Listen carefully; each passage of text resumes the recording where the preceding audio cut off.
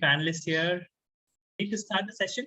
So here we go. Once again, good evening, everyone. Thank you for joining for this session today evening. This is a closing session of the Next Genius Profile Building Fair. And you heard some fantastic organizations over the last couple of days. You learned a lot about the programs for high school students, profile building opportunities for high school students. And now it's time to listen to the views and the feedback from some admission officers from the US and UK. We have three admission officers from highly selective colleges and institutions, and they are going to share with you feedback on a couple of sample profiles that we put across. And you'll also hear about some common some common profile building mistakes that students make while they are working on their profiles. And we do have a guest here with Brendan, who I think would be interested in learning about profile building as well. So once again, thank you, everyone. And with that, let me first introduce our panelists. We have Brendan Bond, who is the Assistant Director of Admissions at Syracuse University, which is a highly selective private research university located in Syracuse, New York. We have joining us Sara Roberts, who is an International Recruitment Officer at Imperial College London, which is a public research university, highly selective public research university in London. And we have Nicole Buenzli, the Associate Dean of Admissions and Director of International Admissions at Union College, which is, again, a highly selective liberal arts college located in the state of New York. Very warm welcome to all of you. It's a pleasure to have you here and to listen your views on profile building. Before we get going, a couple of very quick announcements. First is, yes, this session is being recorded. So the recording of this session will be available on our YouTube channel, the link for which is going to be shared in the chat box right now. And for any questions that you have about profile building, use the Q&A feature and we'll try and answer as many questions as possible towards the end of the session. With that, I think we are ready to start. So welcome all of you, and let's start. Let me start off with Brendan. Brendan, share with us about how the holistic admission process in the US work for highly selective colleges like yours. Yeah, absolutely. Thank you for having me today, Devesh. It's a pleasure to be talking with the Next Genius crew and my colleagues here. So to get us started, are you all hearing me okay? Yes. Okay. I feel like that's the you have to ask in these Zoom sessions.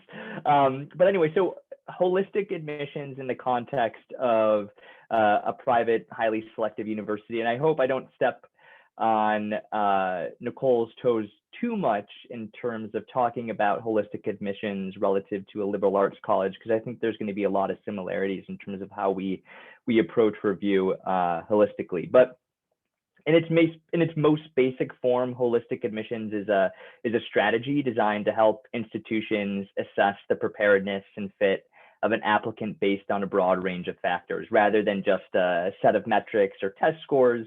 And its best execution, holistic university admissions creates a more equitable system for evaluating potential students. So in other words, holistic admissions is a process where universities, we strive to evaluate the entire student under a broader range of factors in making admissions decisions, assessing an applicant's unique experiences alongside, traditional measures of academic readiness.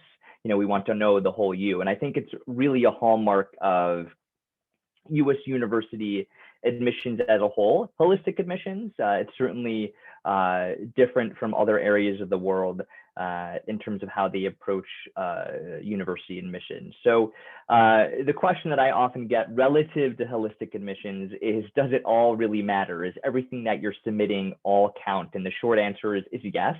While most universities who practice holistic admissions will weigh aspects of your application differently, obviously an Institute of Technology will look more closely at your math SAT results or your math results in general than maybe another institution.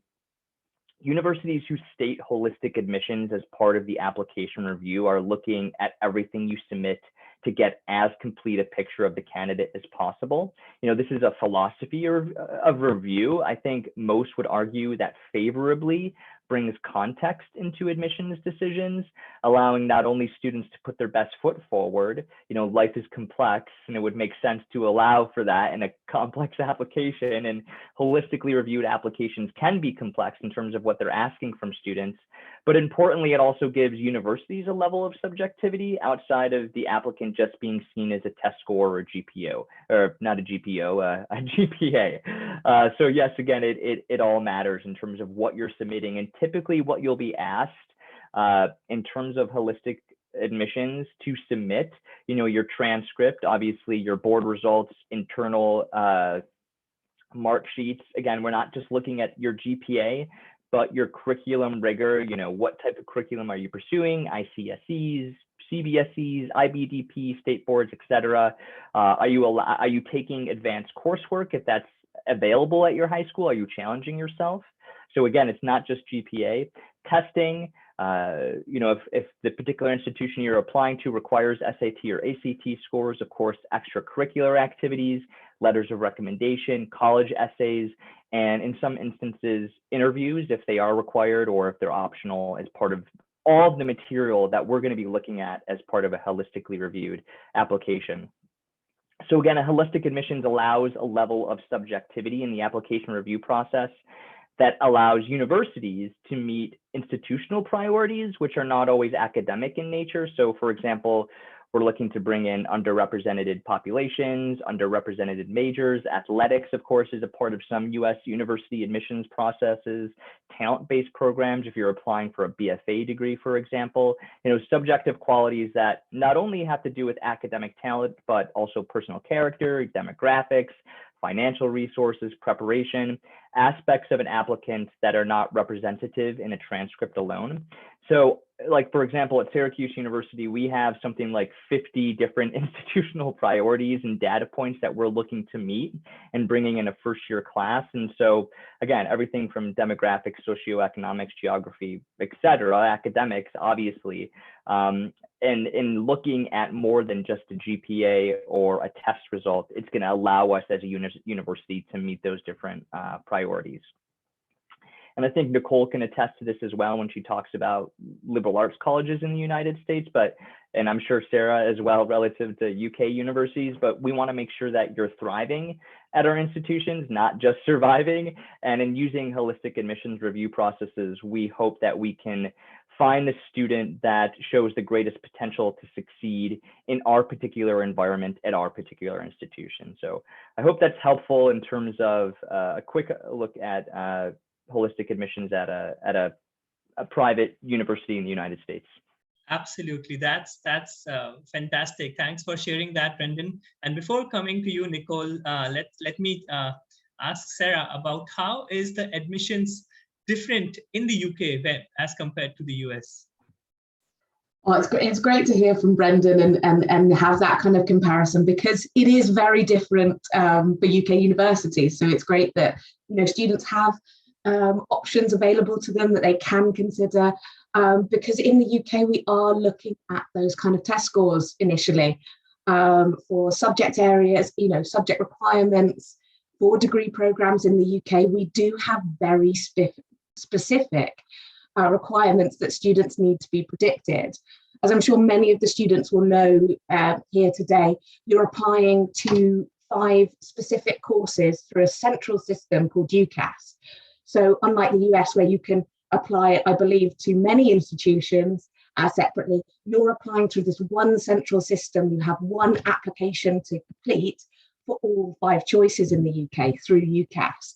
So it's really asking the student to look at the course requirements that they are applying to and make sure that they have the specific subject requirements, that they're taking the right courses, that they're looking at the extra admissions tests.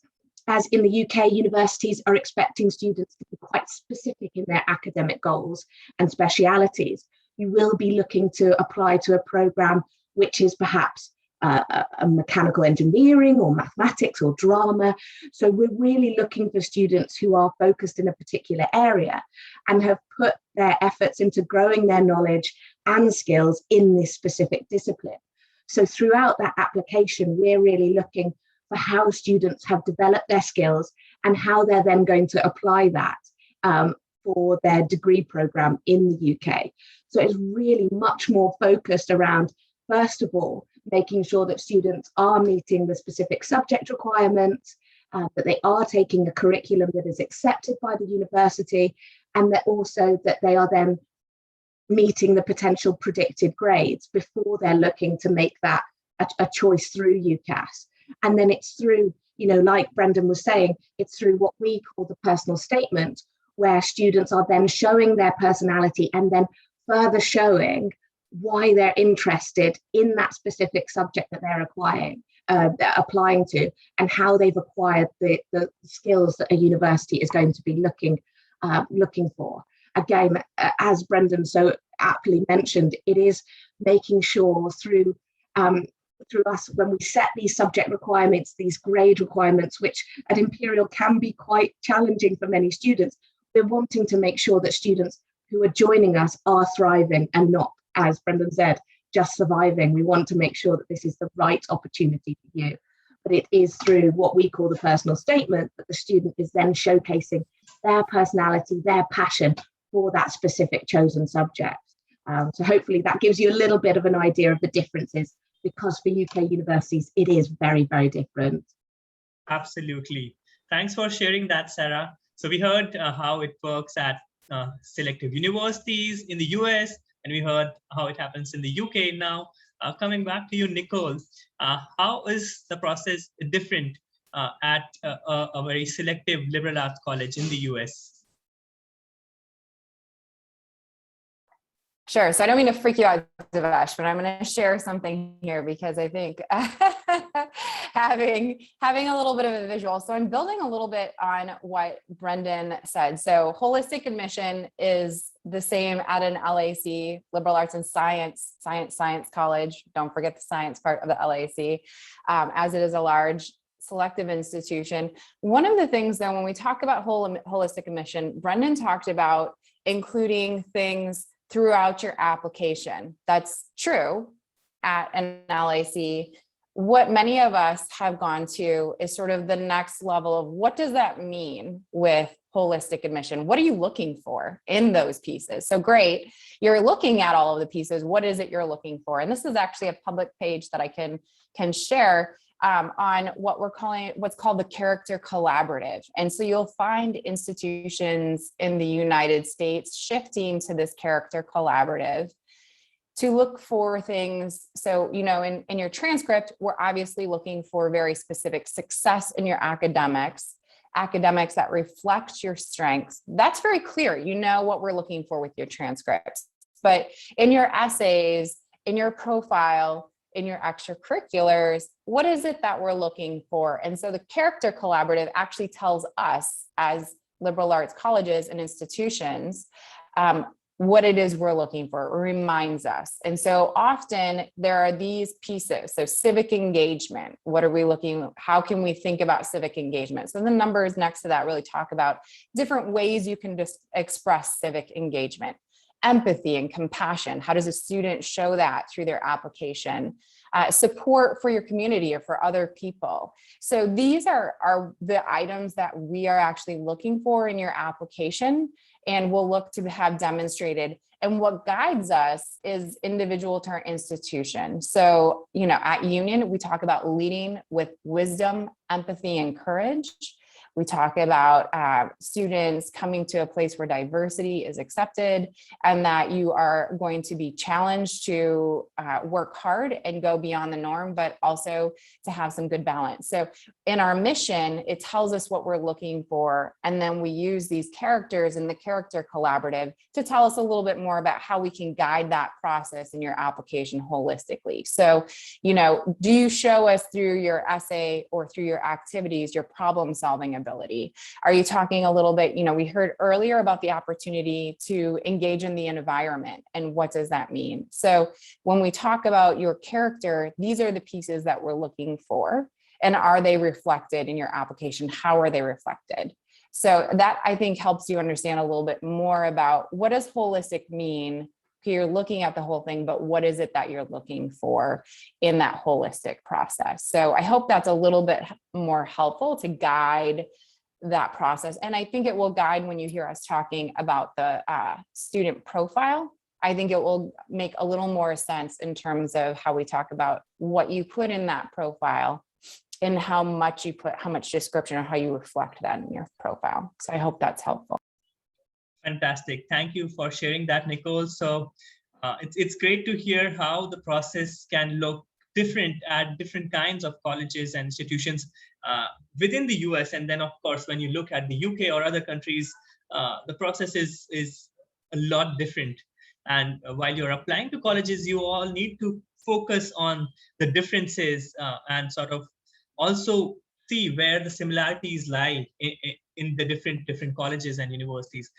So that takes us to the next segment of this conversation, where I will share some profiles with all of you, and I would ask you to share your feedback on those profiles. When you see these profiles in the college applications, what do you learn about these students? How do you see them fitting in your college, and what is any feedback that you would like to provide to these students? So these are some sample profiles that we created, and I'm sure the students who are watching this can learn about how different profiles are pursued by the admissions officers at different colleges.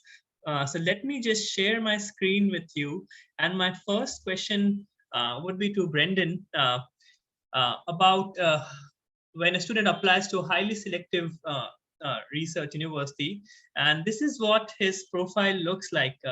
A student who is from a CBSE school in New Delhi has reported that he is an excellent academics, that is he or she is in the top 5% of their class, and they are planning to study computer science or data analytics, and they have shared some activities that they have participated in over the past few months.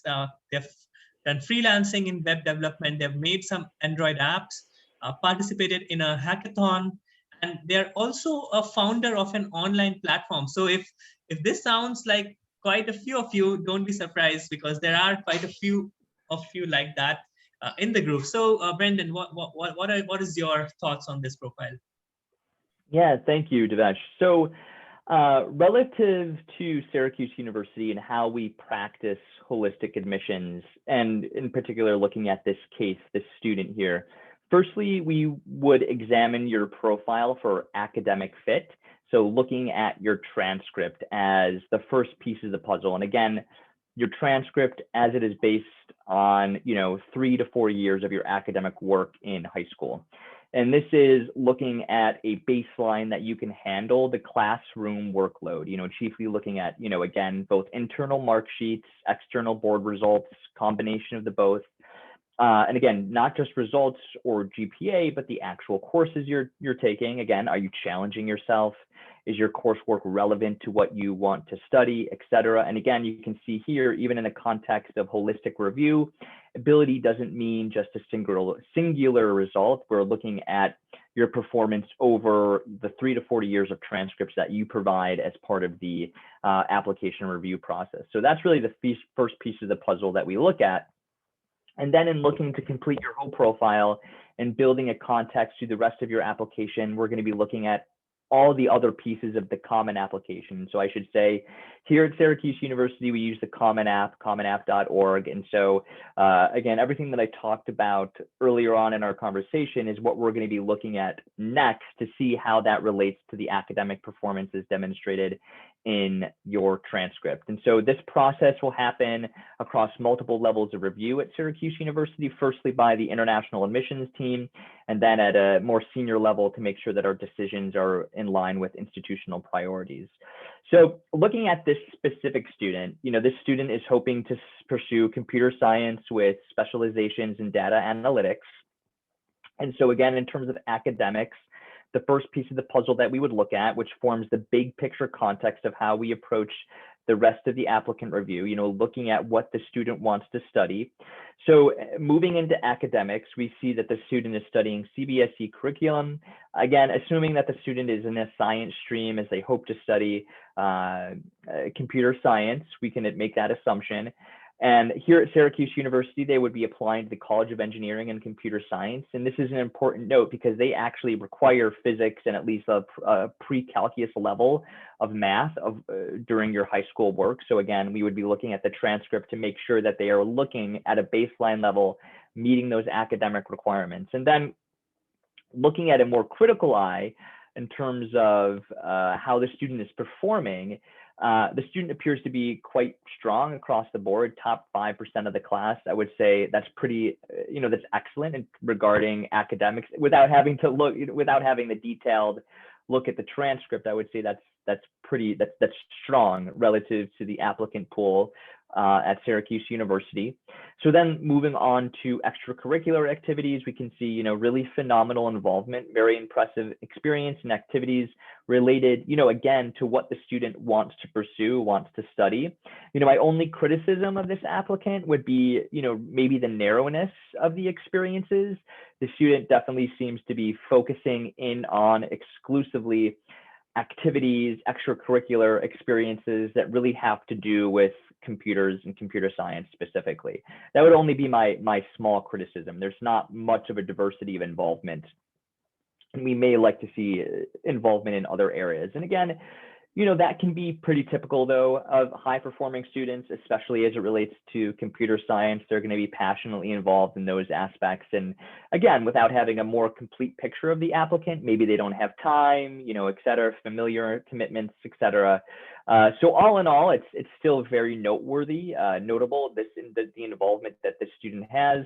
And again, that narrowness can be, again, typical maybe for high achieving students. So overall, more than likely, this student would be admitted to Syracuse University to their first choice program choice in the College of Computer Science or Engineering and Computer Science. In terms of determining merit scholarships and things like that, obviously we'd need a little bit more specific information regarding GPA and potential testing, but overall a really good and strong candidate. I hope that's helpful. Fantastic. Thanks for sharing that, Brendan. And of course, I think all the students listening need to understand that these sample profiles, they don't provide the context. And of course, for the admissions with this information, it's not possible to share any sort of decision. So thanks. Absolutely. That's great feedback for this profile, Brendan. Thanks for sharing that. With that, let me move to the next profile. And this student is applying to a highly selective public university in the UK. Is a student from the ISC curriculum in Bangalore. Is in academically, it says very good standing, is in the top 20 percentile of the class, and is planning to study psychology. And when you talk about the activities, the student has participated in public speaking, has hosted events. They have a YouTube channel which supports people with mental health related issues. They have participated in theater. They're the captain of the school drama club, and they have some great writing skills. I would say they're the founder and chief editor of their school newspaper. So, Sara, what would be your comments and feedback for this student? Great, thank you. Well, yeah, it's really interesting to see, and for a course like this, I mean, just to highlight, at Imperial we don't actually offer psychology, so kind of very broadly from a kind of looking at this applicant, they've got loads of great experience, which is fantastic. My main comment would be there's a lot going on in this application, and for a university, a selective university in the UK, you'll really want to focus on the experience and how that then applies to psychology. An admissions tutor who's looking at this application, if their statement is not written the right way, they question how is this then related to psychology? Theatre's a great thing to include, the drama club, but what I really want to extract from each one of these kind of elements is what have you learned and what have you developed on through that? Has the public speaking and event hosting, has that built self-confidence? Has it built debate skills? Are you playing a kind of devil's advocate where you're arguing points which you wouldn't otherwise, think about? What have you developed from these skills, and really then applying that to psychology? There is, with the application process and the profile building in the UK, you only have 4,000 characters to kind of emphasize why you are appropriate for the course, which is just one side of A4 typed. So you're really wanting to make sure that everything that you write down in terms of your interest in psychology is applicable with your interests. Now, just kind of highlighting editor, the founder and chief editor, this is fantastic and very useful experience. Are you learning anything in terms of your interactions with other, your peers? Are you having to give constructive feedback? Is it your attention to detail, your time management skills that you're using? Are you able to then apply psychological kind of theory to any of this? Something that was quite interesting that I was thinking about is behind theatre. This person's playing the protagonist. Can you link psychological theory to, the antagonist, to the protagonist? What did you explore with that character? And are you then interested in, exploring further in terms of your psychology focus?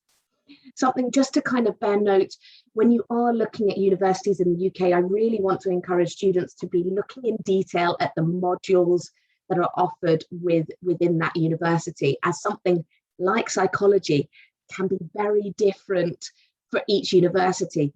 Some universities are much more science focused, so this student would need to have, a background in biology, chemistry, or mathematics perhaps. Other universities are more humanities based. So my main thing for the student would be then to look at which stream they are coming from, and do they have the relevant subject background to be applying for that specific psychology course. As I worked for a university in the past and they were very science focused, and it was really important that students had that biology and chemistry background, as opposed to another university which didn't have a specific subject requirement for psychology. So again, all of this experience it can be very relevant, but it's making sure that student focuses down and really is applying to the right university for them. Superb. Thanks, Sarah, for sharing that wonderful information and for sharing your insights on this application, on this profile. So with that, let me move on to Nicole. And we have a third student here who is applying, who is looking at highly selective colleges in the US. And while doing that, the student is from an international baccalaureate, that is an IB school in the city of Hyderabad. And the student is academically in good standing, that is, they are in the top 30 percentile of their class, and they're planning to study either media or journalism or communications. And some activities that they've participated in is that they have been the class representatives for their class. They are a manager of a club raising food insecurity awareness. And they're also a club of another club which spreads awareness of other clubs. The student is a CAS coordinator, and they were the finalists at a local university's debate competition. And they have done a couple of courses, or they're doing a couple of courses in elementary teaching, feminism, social justice, and introduction to American law. So Nicole, what do you think about this student, and what would be a feedback that you would like to provide to them? Thanks, Devesh. So the first thing, can you hear me okay? I just want to make sure. Yes, perfect. Okay, great. I know my internet's a little in and out, but the first thing I would say is that IB program is a great preparation for a liberal arts and science college. So we accept students from all curriculums in India, but IBDP is a tremendously good preparation because it fosters some of the ideals that we believe in terms of teaching across disciplines, diving in deep into your subject matter, rigorous writing format and communication skills. So in that regard, the IB is a tremendous good fit for when you're looking at an LAC. Now, in terms of academic profile, the student, typically our students are in the top 10% of their class for the students that we're admitting. So in terms of that profile, that we would look a little bit more deeply in terms of the courses they've chosen for their higher levels. We would be curious. Typically, we're looking for 5, 6, and 7s in your higher level. So we would be curious in terms of that percentile rating, what actually is reflected in IB scores and the achievement that they have in their individual classes. So beyond just even looking at an overall score or percentile rating, we'll take a little more time to look at achievement in the higher level coursework. The things that I would mention about the activities are similar to what Sara said in some regard, actually, in that, remember, I talked about the character collaborative and our holistic admissions. So one thing I would say is that, we want to know a little bit more deeply about how did these activities foster some of those components of your character? What can we learn about the character? So, if you were a finalist in a debate competition and you won a cash prize, that's fabulous. Students will send us a ton of award certificates, which really are not very helpful, honestly. Literally we'll have hundreds of award certificates. That isn't helpful in your profile. What is helpful is taking the time to talk about things you really have been involved in. And as Sara said, what have you learned? What have you taken from that experience? And giving us a better sense of how that experience has impacted you or others through those components of your character. And so I think for all of these activities, what they've seem very surface level in terms of their experiences. And what we'd want to know a little bit more about, either through your application, your resume, or your interview, is because most of our students interview with us, is to understand what you gained from that, what you learned, what was the impact, or what was your impact from that experience. So when I look at these, this profile, those are the things that I'm thinking about most deeply in terms of how they would be reflected upon at Union and probably a lot of private LACs. Superb. So that brings us to the end of this segment.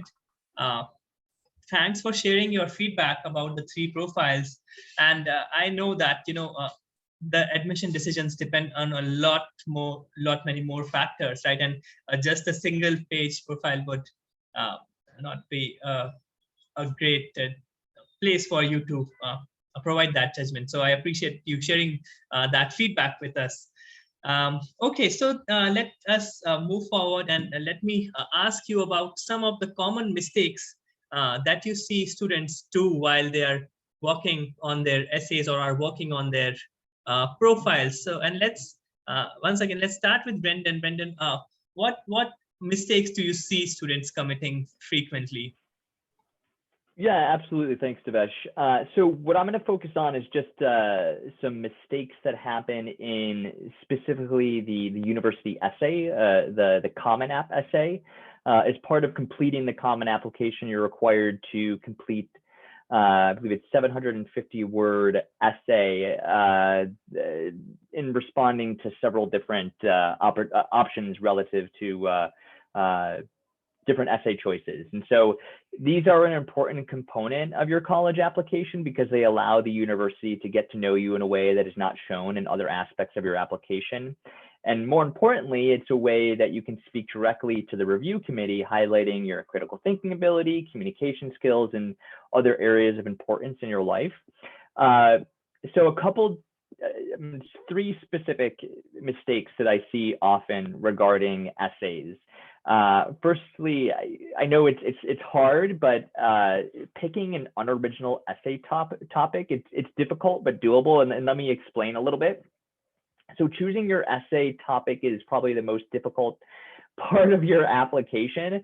And so for me to pick out a mistake in that regard, maybe it's a little harsh, but you know, in trying to tell a story in a unique and impactful way, remember that some stories that may feel life-changing to you probably have happened to other students as well. And so I'm sure Nicole maybe can attest to this, and Sarah, we get a lot of essays that deal with the death of a family member, a lot of essays that deal with like a big game or you know, a big sporting event in your life, and these are really common responses.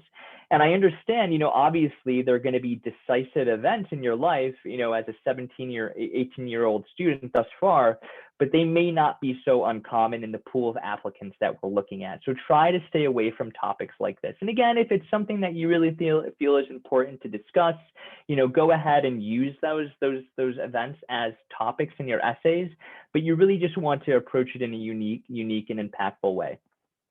Another really common mistake that I see in essays is relying too much on a thesaurus. You know, your essay should show your personality, and you should write them using your own voice. You want to be eloquent, but you want to choose your vocabulary naturally. If you go in and start replacing a lot of words using a thesaurus, you're going to lose clarity, you're going to lose your voice. And it's really obvious to those of us that are reading essays when we start to get a sense of a student's voice. All of a sudden there's a word that kind of pops out and doesn't seem to fit into the flow of the essay. That can be really distracting. So, you know, it's important to think about this as a whole in essays. Oftentimes, what is more important than what you are communicating is how you are communicating. After all, that's going to really be a demonstration of your critical thinking ability, your ability to communicate. So, you know, definitely keep the thesaurus down. And lastly, you know, a big mistake is just really simple errors in your essay. You know, spell check is not enough. You want as many eyes looking at this essay as possible, because ultimately they're going to be able to pick out points, little mistakes that are going to affect the flow of the essay more so than you as the writer that has, you know, reread the essay 100 different times. And so have people in your educational support network, parents, fellow students, teachers, college, or, you know, guidance counselors in your school, admissions officers that are offering these types of essay building workshops. Float ideas off of them and have them look at your essays. So those are some big mistakes that I often see in essay writing. Hopefully that's helpful to students as they approach the process. Superb. Thanks. Thank you, Brendan, for sharing that. Sarah, what are your thoughts? What are some common mistakes that you see students doing in their profiles? I think when students are writing their personal statement, they get excited at kind of listing as much experience as they can. And, you know, students we see from India have fantastic experience and really love to kind of demonstrate all the things they've done. And that's fantastic to see that passion. But I really encourage students to avoid the listing, the kind of we call shopping list of experience, and really start to refine, focus and reflect on your experience now, so that when you are writing your personal statement, you are picking out those key points and linking it back again to the subject that you're interested in. I always encourage students to be keeping a journal of their experience. And again, if you do any work experience, any kind of online courses, taster lectures, listen to TED Talks, just make a quick note of what you're thinking, what you're learning, how you're feeling about that process. Because when it comes to writing your personal statement and you have such a limited amount of space, really be kind of picking and choosing really relevant experience and not just listing all that work experience. For many universities in the UK, we're not looking for that work experience, but if you do have it, what have you learned from that experience? So really my kind of advice would be be reflective, elaborate on that experience, but also do your research and make sure that you're not just applying to the university because, you know, your parents think it's the best place to go. Do be applying to the place where it's going to support you and your interests going further.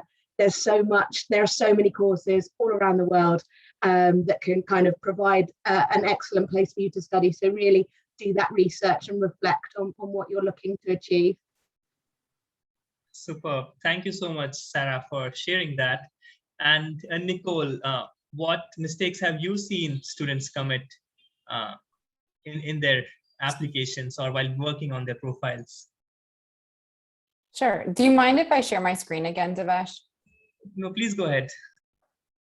Okay. Okay, so we talked about, Brendan talked about essay, Sarah talked amazingly about personal essay. I'm right on board with what they have to say.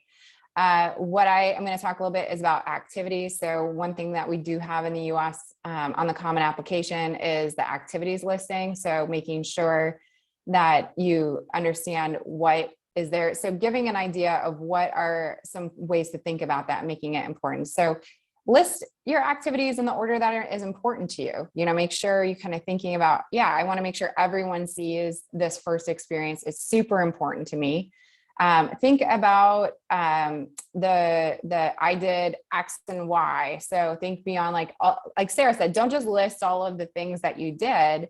Think, okay, beyond I did all of these things, why were they important to me? And those are the things you want to reflect in your activities rather than, as Sarah said, like listing your TED Talks or, you know, if you took Coursera courses, sure, you could list those, but I don't know that I'd list them in my activities. You could list them in a resume or something, but unless you've really gained something significant in terms of, you know, what you've learned about yourself or your direction, you don't want to just list those items there.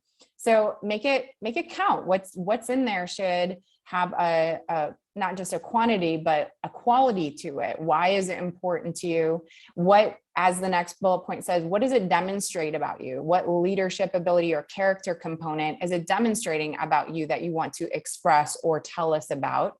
And make sure that when you're listing it, you're showing us what is the impact of that activity. So what is the outcome or impact or character component that activity tells us about? And make sure you proofread that section. Lots of people proofread their essay. They don't proofread their activity section. So just take a little time to look that through. I have a couple of examples here. Like, so here, you know, thinking about misspelling at the bottom, there's an example. Just take a little extra time to look at it. So in terms of things that can work out well, one of the things is, of course, spelling out on the activity section what you've done, how much time you spent, what was your reach for that. So they talked about how many people they might have reached in that podcast, maybe telling us why. The thing that is wrong at the bottom, the question mark, oftentimes is abbreviation. So an abbreviation for an activity may make entirely good sense to you, or even to folks at your high school or in India, but mean nothing to Sarah, Brendan, or I when we take a look at them. So if you're abbreviating something, just make sure that you tell us what that means, because I mean, I don't even know what RKS, LODZ, like I don't know what half of that sentence even means. So making sure you spell it out for us. The other thing is, again, showing us the impact, right? So some of the things we've seen is I've supported my injured friend, or I plan out my activities.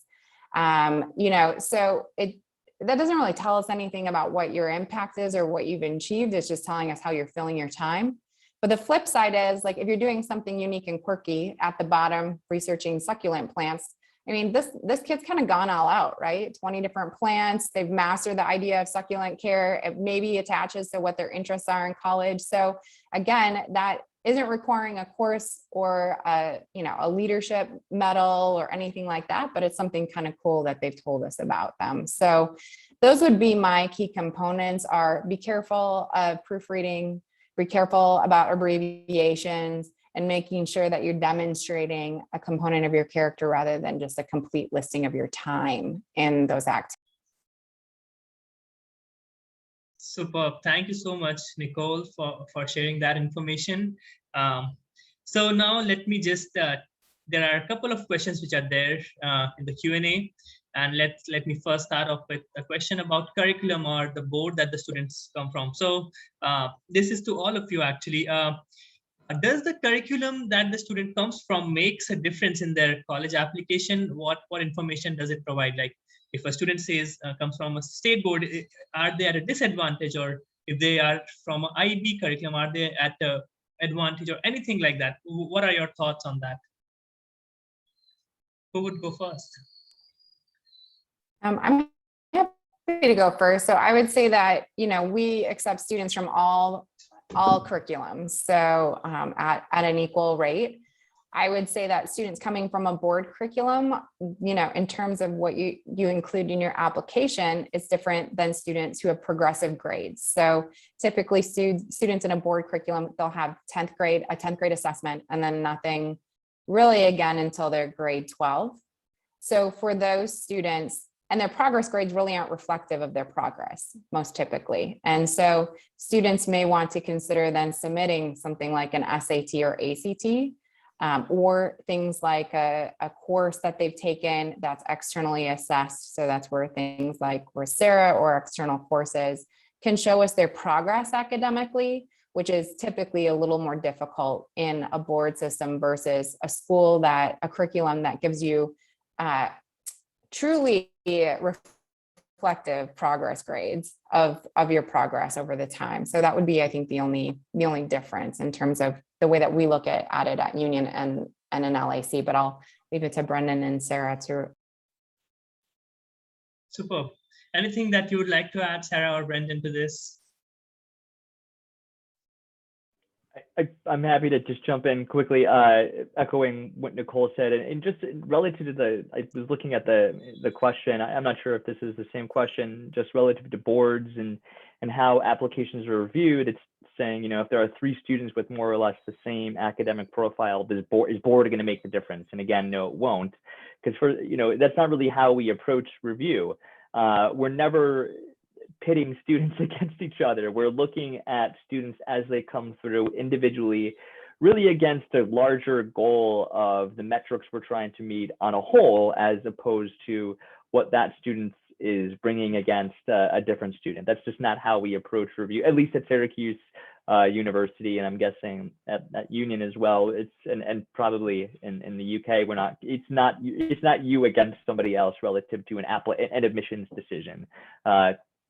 It's kind of you against, the metrics that we're looking to meet, and all of the context that you're bringing in is going to be an important factor of those decisions. So again, board, it's an important way of which we frame, or, any curriculum is important in which we frame a decision and a review.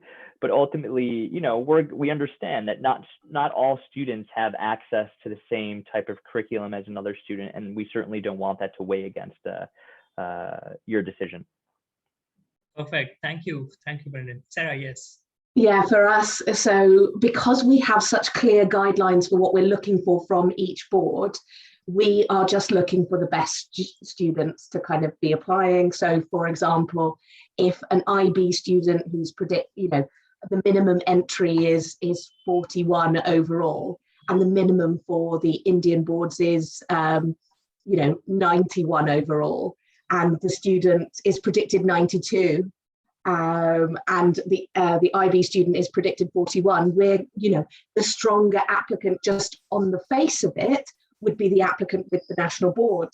Again, then we'd be looking at the personal statements, in kind of reference to that. But for us, we are just looking for the strongest applicant from whatever board that we accept, and we accept the kind of national board and of course international, like IB and A levels. So yeah, again, there's no preference depending on which curriculum you're doing, as long as it's one of our accepted ones. Superb. Thank you so much, Sara, for that. We are almost coming towards the end of the session, and before we close, I would come back to all 3 of you for a final piece of advice. And even before that, I have a couple of poll questions for the audience. So audience, just pay attention. I'm just asking a couple of questions. And here it goes. The first one is, how many sessions did you attend across the last 2 days? So please answer that and help us understand what was the attendance like. Okay. Great. So I can see the answers coming in.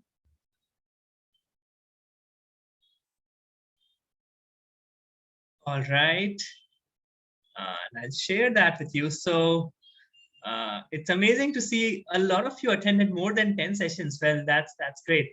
Superb. So I'm sure you're taking back a lot by participating in this fair live. Of course, all these sessions are going to be there on YouTube, but there's a difference between attending a live session and a session which is recorded. So great. And I do have one more question, which is here. Are you there on Instagram? Okay. Great. Thank you for answering that. Very valuable. Thanks for your feedback. And with that, I'm back to you. Brendan, what is the final piece of advice that you would like to share with all these students who joined us here today for the profile building fair? I think, I think the biggest piece of advice that you can take away from, specifically relating to the session that we had today, I mean, you can see the way in which all of us here approach applications is a little bit different. And so really understanding that individual process is going to be important to you. And so how can you do that is by reaching out to us. This is what we do. We communicate with students. This is our job. And so the last thing we want, I think, is for students to be intimidated or uncomfortable in asking questions as it relates to our process.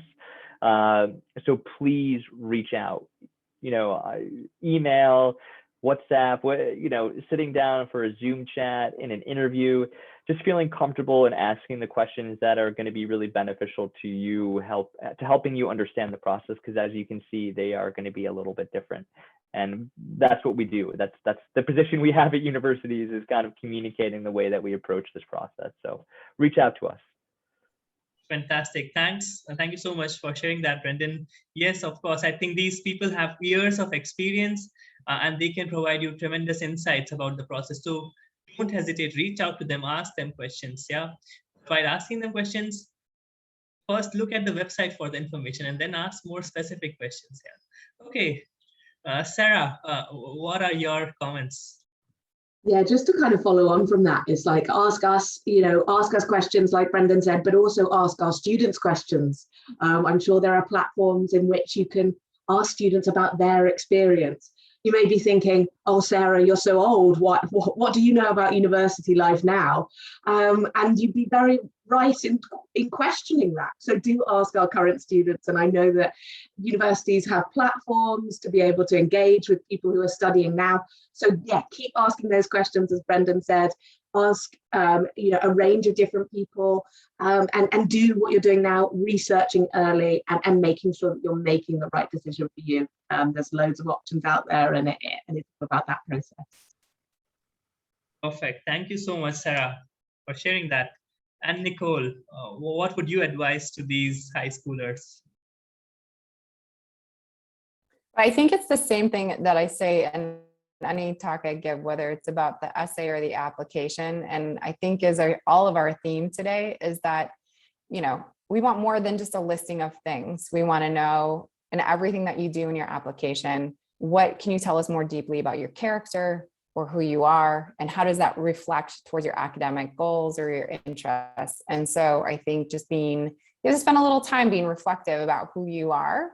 And that might be hard as a high school student, but spending a little time about that and being thoughtful about what your application reflects more deeply about you, rather than just a sort of, as Sara said, like a listing or a checkbox of things, or sort of the entire rundown of things. So that, I think that is the biggest thing students can think about. Superb. Fantastic. Thank you so much for that, Nicole. And thank you, Brendan, Nicole, and Sara for joining us for this session today. And before we close, and there are a few questions, if you would like to answer that through the Q&A feature by typing out the answer, that would be great. And while you're doing that, let me quickly share a couple of final resources, that we have available for our students.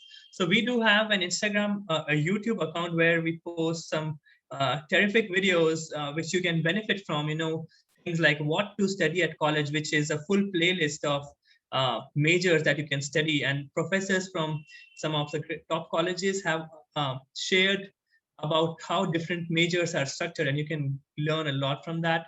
How I Got In is a playlist where you would listen to a lot of students who got into some of the top colleges in the world. How to write college application essays. Again, lots of fantastic videos. There's Nicole's in the first one, and Brendan, of course, is there. Sara also presented the session in that. Applying to college in the US. So there are some terrific videos which you can benefit from. Then there is our Instagram account, the link for both of which will be pasted in the chat box. So you can just go there and check out our social media pages and learn a lot from them. And before closing, I would once again like to thank our panelists today. Thank you so much for sharing your insights. It was fantastic to learn about how you pursue and how you see these applications. And thanks for sharing the advice towards the end. I would also like to thank all the students who joined us across the last 2 days. Thank you for joining us. Thank you to all the panelists, or to all the presenters also, for sharing about your organizations and programs. And last but not the least, I would like to thank Helen Shivesh for being there throughout the last 2 days and for making sure that everything happened so smoothly. So thank you to the Next Genius webinars team, to the Next Genius team for making sure that the things happen smoothly. And once again, thank you everyone for joining. You can see that there are email IDs and sort of website links which are shared in the chat. Please feel free to reach out to them, copy their email IDs, the links. Please feel free to go to those links, explore more about these colleges. They are wonderful institutions. So explore more, learn more about them, and yes, go ahead and ask them questions. Yeah. So once again, thank you everyone for joining. Have a great evening, and to all of you, have a great day ahead.